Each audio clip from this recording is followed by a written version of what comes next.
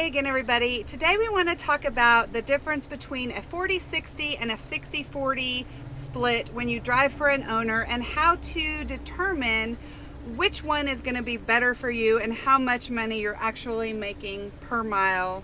That's probably one of the most confusing things, and the reason being is you've never been out here before.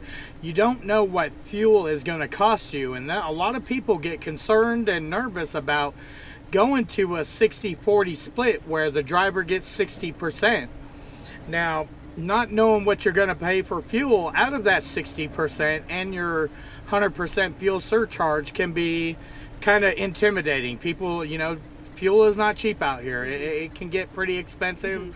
Heather's been posting up a lot of our fuel fill-ups, how much we're paying, stuff like that. And a trip out to California could easily cost us anywhere from $500 to $600. Those kind of numbers kind of intimidate folks, and they really want to end up going with the 40%.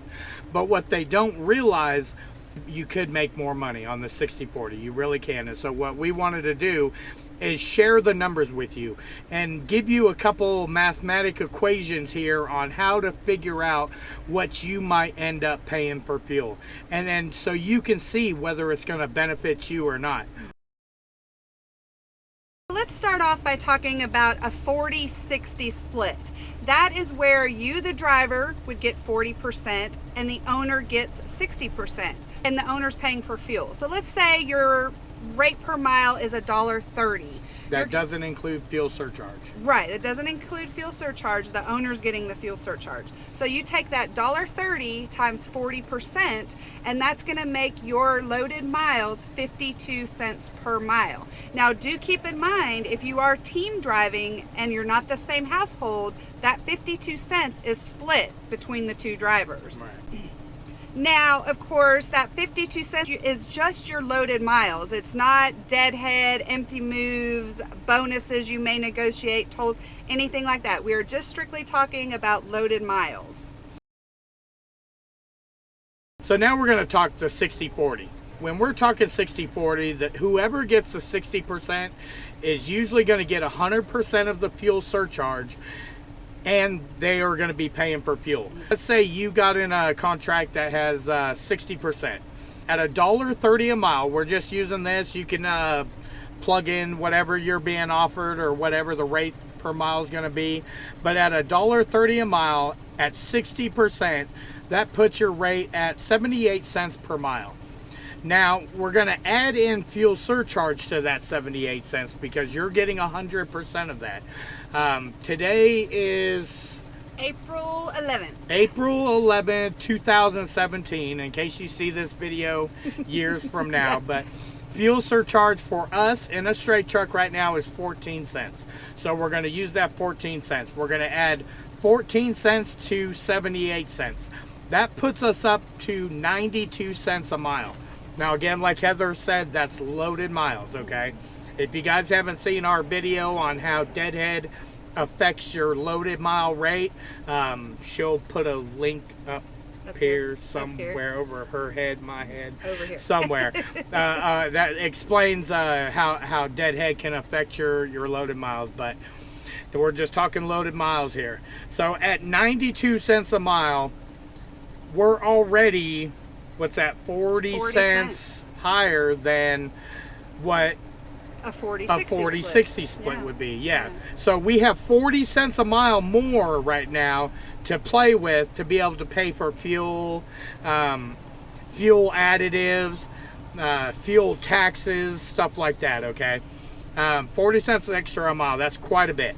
Now, for us, our average miles per gallon is 10.8 miles per gallon. That's what we're getting in our truck. That's what includes generator usage. So if we run the generator all day, that comes out of the same tank that we use to fill up to run. So we're paying for it. We pay that fuel. So at 10.8, our average fuel cost is 22 cents a mile. That's how much we're paying right now.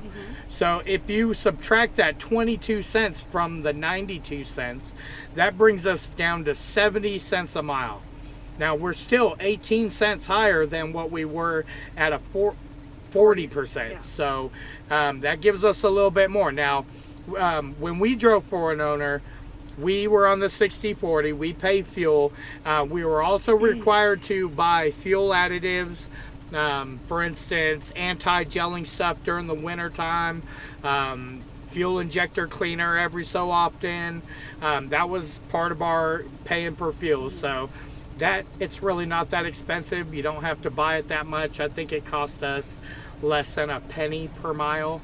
Yeah. So that brings us down to 17 cents. That we're still making more than the 40%.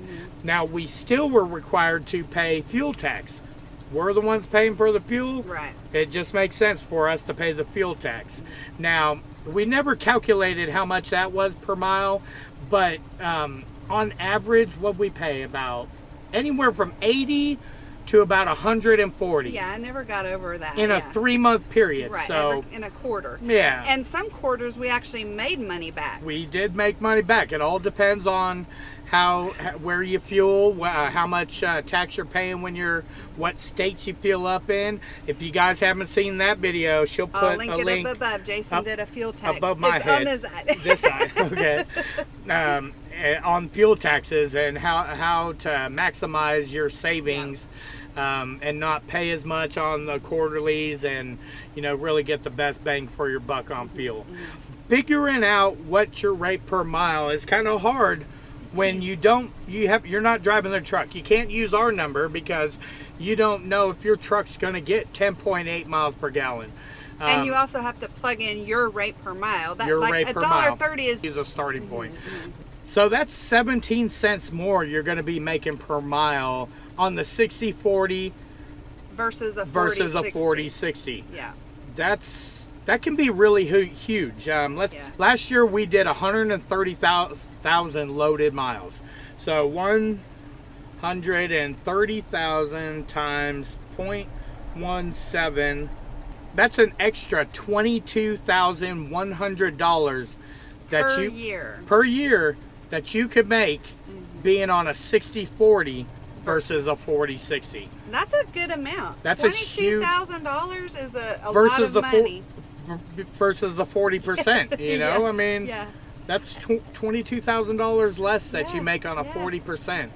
Now, if you run less miles, it would be a little bit lower, but that 130,000 miles that we drove times that 17 cents extra you're getting, that's a big difference. So, I think it just intimidates a lot of people when they hear, oh gosh, I have to pay for fuel, especially folks that have never been out here and have never had to shop the fuel. Right. It is a little bit more work because you need to maximize where you're fueling. We don't just fill up anywhere we want to. We're going to fill up where we get the best discounts. After doing this for the past 4 years, Jason has gotten really good at knowing where we fuel, where we get the best fuel mileage from the places that we do fuel. So, that's just something you're going to learn and come to know over time. But don't be intimidated. It's really not as hard or as difficult as it seems. Like we shown, there's an extra 40 cents per mile that you get to play with to get the best fuel mileage you can. Chop the price. You have 40 extra cents to play with. So even if you didn't get as good a gas mileage as we did, you still got that extra 17 cents to play with. Even if it's an extra 10 cents, that's an extra $13,000 a year. Yeah. Just 10 cents more, If you guys plan on owning your own vehicle one day, try to shop owners who do pay the 60/40, and if that, once you own your vehicle, you're paying for fuel it's anyway. a good practice. It's good practice for you. A good way to learn how to good business practice. Yeah, absolutely. How to maximize your earnings through your fuel costs. Yep. So, and we're saying 40/60, 60/40. We do realize there are other percentages out there. So basically, you're just going to take what percentage you're getting or looking at and plug it into where we have the 40/60 or 60/40. Play with the numbers. Usually, drivers paying for fuel. If you shop it, you're going to make more money at it. Yeah. Don't let that intimidate you. And this can be done for cargo van, straight truck, or tractor trailer. Yeah. Doesn't matter what vehicle you're driving. Yeah. One more thing real quick before we go. I wanted to kind of explain how you can figure out what your rate per mile would be. One thing you can do is go to the national average fuel costs. We'll put a link down in the bottom and just play with that number. Whatever that national average for diesel is, take that, divide it by 8 miles a gallon. Take it, divide it by 10 miles a gallon. I don't know many others getting more than 11 miles a gallon unless you're the super. Unless you're in a cargo van. Unless you're the super truckers, Bob and Linda Cappy. And yeah. Unless you got the Cascadia, probably 11 is going to be the best you're going to get. In a straight truck. In a straight truck.